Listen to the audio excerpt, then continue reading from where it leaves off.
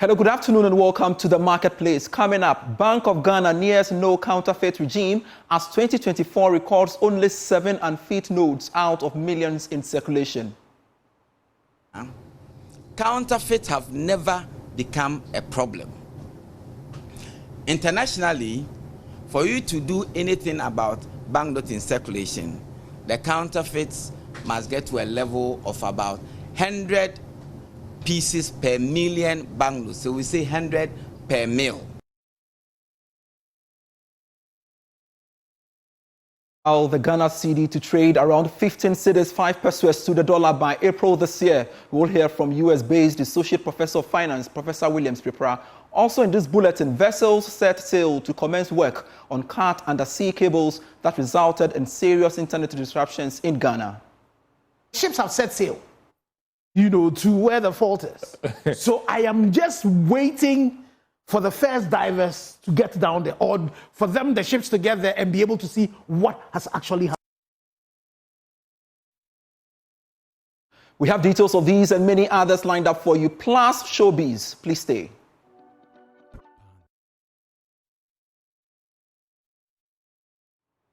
Thanks so much for your time. I am Pius Kojo Baka. We can now take a look at our stories. And the Bank of Ghana says it is near no counterfeit regime as it recorded only 7 unfit notes out of the millions in circulation so far in 2024. Head of Currency Management at the Central Bank, Dominic Owusu, indicated that the bank has put in place strict measures to monitor currency circulation across the country.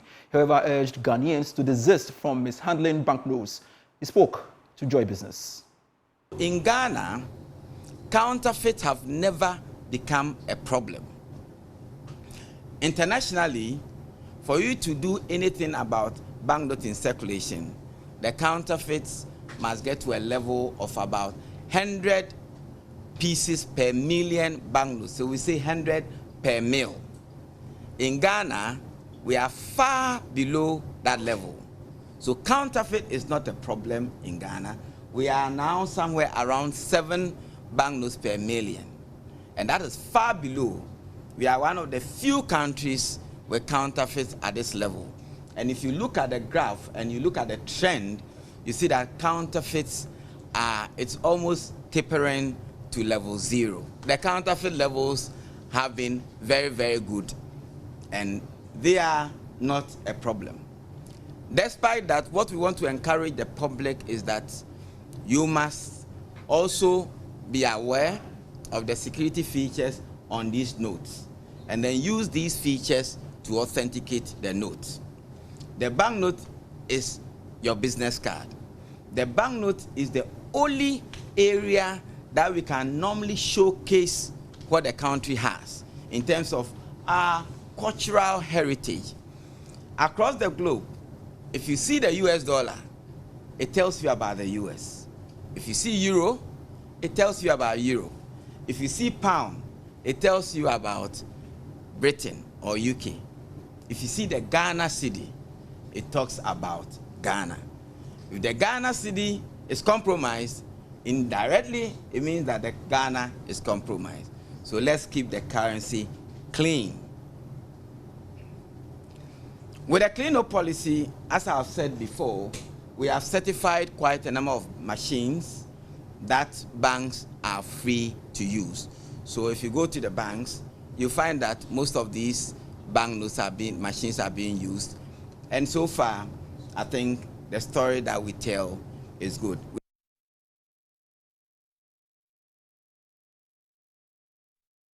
Now, government is expecting to finalize debt restructuring deal with private external creditors than earlier projected. This was after it designed a non-closure agreement with representatives of these lenders. More in this report. Government was projecting that by the end of April this year, it should have been able to reach a deal with these private creditors and Eurobond holders in terms of restructuring their debt. But after an initial deal that no one can disclose the terms of the debt restructuring, sources say government has been able to climb a major hurdle here. Therefore, it might in the coming days move quickly to reach a deal with these private creditors on restructuring of their debts. Joy Business is learning that both parties have shown some strong commitment about concluding the negotiations on their debt restructuring as quickly as possible. Joy Business understands that the private creditors also want a deal reached soon so they can get a better understanding in terms of when government will start settling debts owed them. The development is coming at a time that the IMF Managing Director, Christina Gogiva, disclosed that Ghana is close to signing a memorandum of understanding with the bilateral creditors on restructuring of their debts. On the part of government, post-agreement on these debt restructuring will help in the resumption of some stalled projects that are financed by these private external creditors. Now, based on the purchase power parity and interest rate parity theories, the Ghana cedi will trade around 15 cedis 5 pesos to the dollar by April this year. That's according to US-based Associate Professor of Finance, Professor Williams Pripra. Thankfully, he joins us via Zoom to tell us why the cedi will trade at that worrying figure. Thanks so much, sir, for your time here on the marketplace, and good to have you on as well. First off, tell us why do you think that the cedi will trade 15 cedis, I should say, 5 pesos.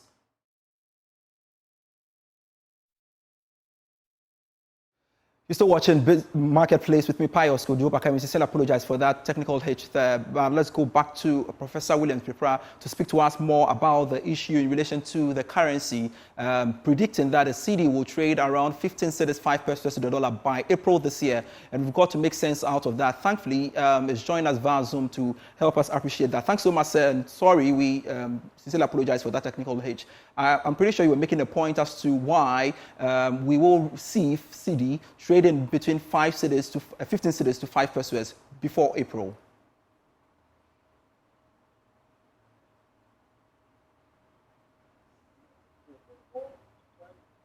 It's based on demand and supply. Any increase or decrease will have a factor or shift in the equilibrium of the price. There are also other functional factors that affects currency pricing. If you compare a home currency like a Ghana cedi to any foreign currency like the United States dollar, euro, or pound, or let's name any currency. These functional factors includes a change in the differentials of inflation, a change in the differentials of interest rate, a change in the differentials of the income between the two countries, a change in government policies or government controls, and also future expectations of the change. So just looking at what has happened in Ghana in a short while from January to date, and looking at our budget, the decline of the Ghana cedi against some international currencies, particularly the US dollar, it can be attributed to several factors that I mentioned earlier on. Mm-hmm. One of the key factors is based on investors' expectations regarding Ghana's competitiveness in some of the main commodities, namely cocoa or oil. So I'm going to give you an example of what investors are looking at. The first one is the oil. In the oil, we projected that 2024 we are going to produce 500,000 barrels a day. We have not been able to achieve that. We are doing about 130,000 barrels a day, which means that expected inflows or foreign currency inflows has declined or is going to decline. Also, for cocoa, 2023-2024 season, we projected around 850,000, reported by Reuters, is going to be declined by 40%, coming to around 328,000, which means that also expected inflows coming in is also going to decline. Recently, we also noticed that there's a deterioration in electricity supply in the country.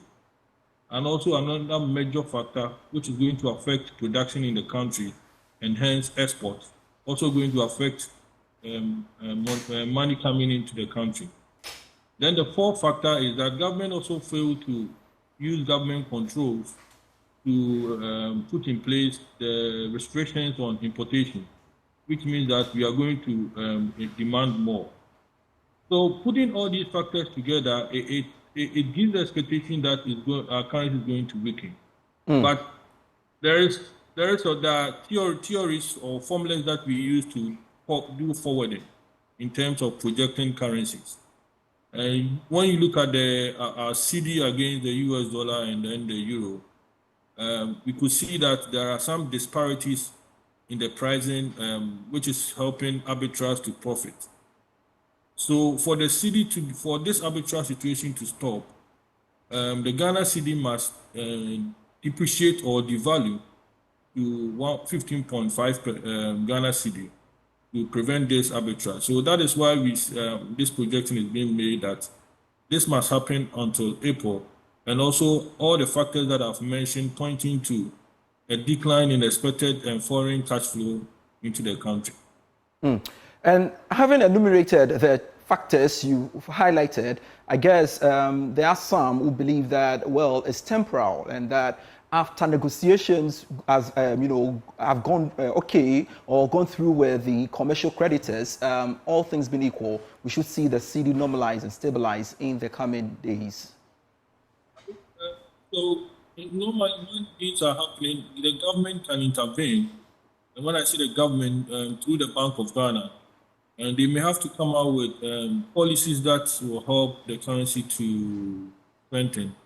One of them that I mentioned is the restriction on importation that the government tried to do, but which failed.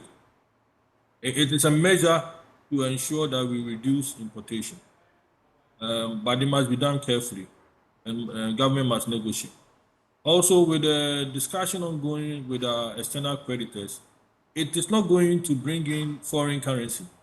It is rather going to help us to slow down the rate of or the amount of money we move from our country to pay these creditors, which is going to affect our capital outflows. And it's not going to immediately bring in ensure equilibrium. What really we need as a country is to help to boost our exports. And these major comparative commodities, advantage commodities we have, are seeing a decline. And that is where the government must be able to work on to ensure that whatever is causing this decline in these two major commodities, we are able to achieve them. So I've mentioned the oil. We need to produce 500,000 barrels a day. We are not. Cocoa production is being reduced, projected by 40%. The government must really ensure that we try to increase exports.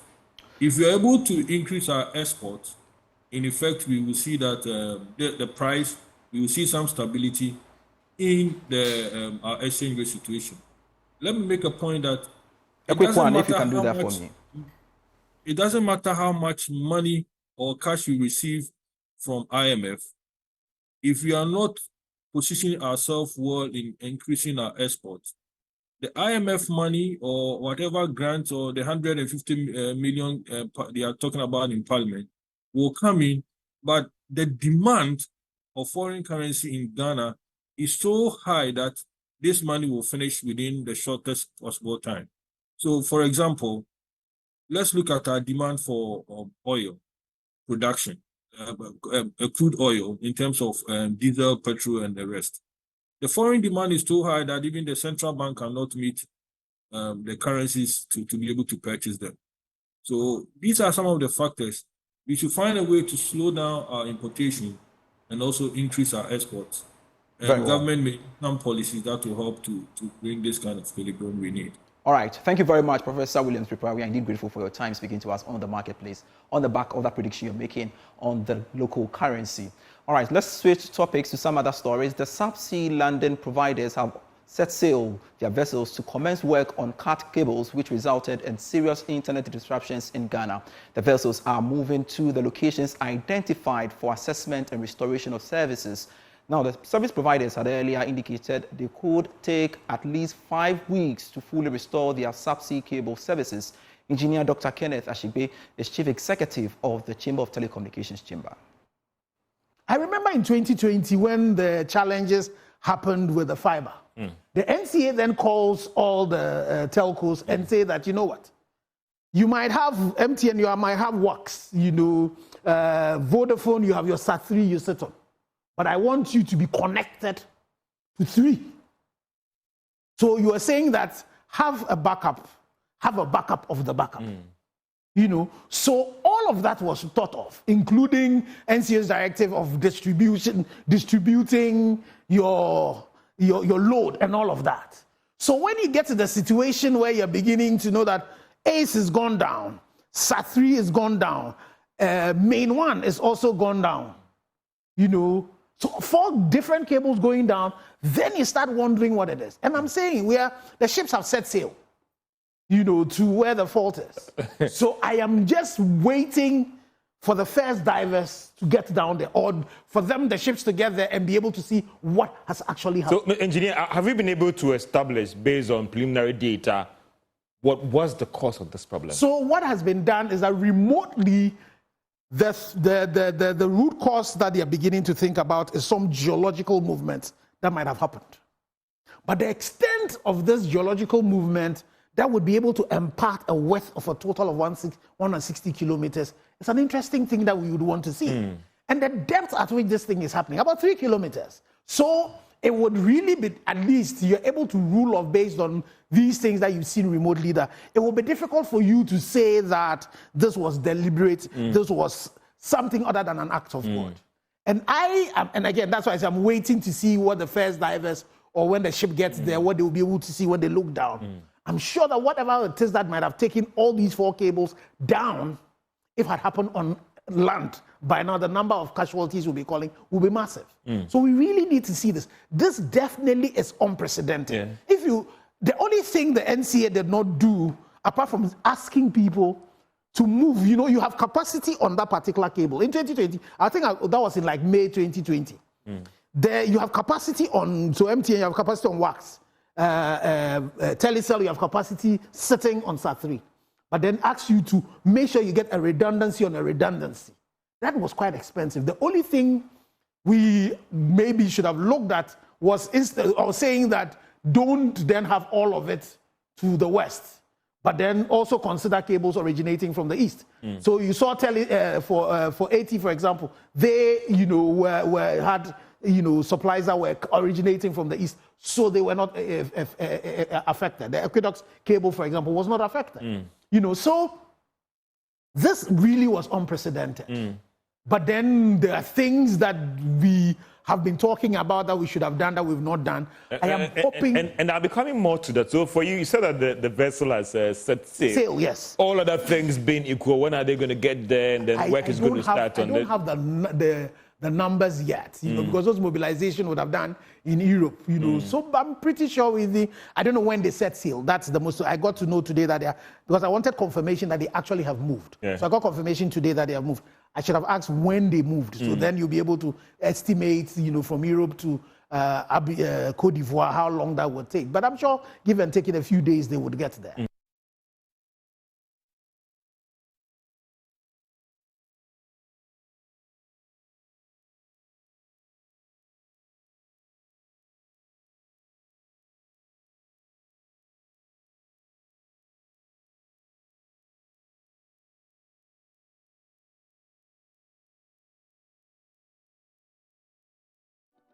And it is on the back of this that we want to have a discussion by way of showbiz. And it's been over a week since internet outages affected countries on the African continent. Now, this has largely blamed on damage of some submarine cables carrying high volumes of data to affected countries. Now, it's a week now and into the 5-week period that the National Communications Authority estimated within which the problem would likely be resolved.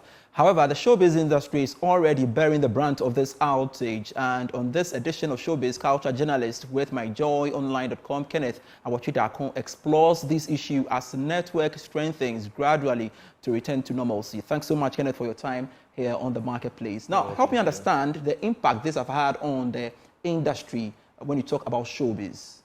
So you would understand that specifically the digital space is one that has accelerated the development of showbiz. Basically, you'd find that a lot of, for instance, movies, music, there are so many forms of art that have now been migrated to digital platforms. So streaming is one example of some of these, development that will be greatly affected or have already been affected by the past week. If you are someone who loves to go on Netflix, for instance, or you love to get your music from Apple Music, you realize that due to these outages, it has really impacted people who get their experiences from those areas as well.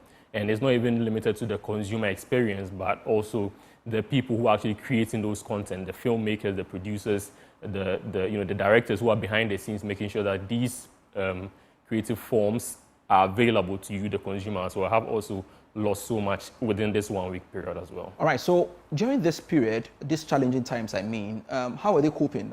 Is that to say that they had to put their programs or events on hold, or what? Those are very big impacts that many have had. For instance, when it comes to music, I have interacted with many artists and also filmmakers who have actually told me that because of this, they had timelines that they had to meet in terms of submitting certain, demos that they have, or submitting raw files that they have to be uploaded for their fans or their audiences to receive at a certain point. This has been truncated, and they have been forced to shift their date in terms of deadlines. They've been forced to make, find very, unconventional ways of making those things happen. And largely for the past week, all they have had to do was to sit back and wait, because the issue is, basically out of their hands. It's a global matter.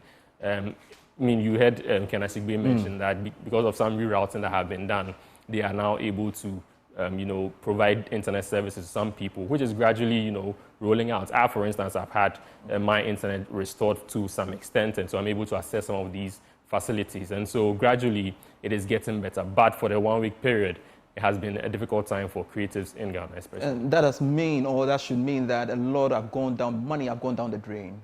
Exactly. Some of the interactions, some of the meetings that have been going on, for instance, even when it comes to discussions or stakeholder discussions, or when it comes to the issue of investment, there are people who were in the middle of conversations into landing very huge deals when it comes to movies or music or any art form. But all of those conversations have to be truncated. And if you imagine that within that space, there's another person in a country where there's better internet who has the same offer that they are going to bring to these investors who are also at the table at the same time. For expediency purposes, this person will land that contract as against a creative who is in Ghana. And so the impact has been quite wide, and these are some of the specifics. And hopefully, as the internet gets restored gradually, some of these people will have the chance to get back what they lost as well. Some have also basically indicated that it is an opportunity to explore other avenues of accessing these facilities. For instance, we've heard the communication ministry say that they are in conversations with, for instance, Elon Musk's Starlink to ensure that we can have alternative sources of data services from, for instance, satellites, devices, amongst other things. And so these are some of the issues that are at hand as we speak. Thank you very much, Kenneth Awachicha, for your time. And also, it's also an opportunity to go out there and touch some grass, make some friends. I hear you, Kenneth. Hey, thank you so much, Kenneth. And that's it for the marketplace for today. I am Pius Kojo Baka. For more stories, do log on to myjoyonline.com/business for all the business news you need to know in Ghana and beyond. See you next week. Bye.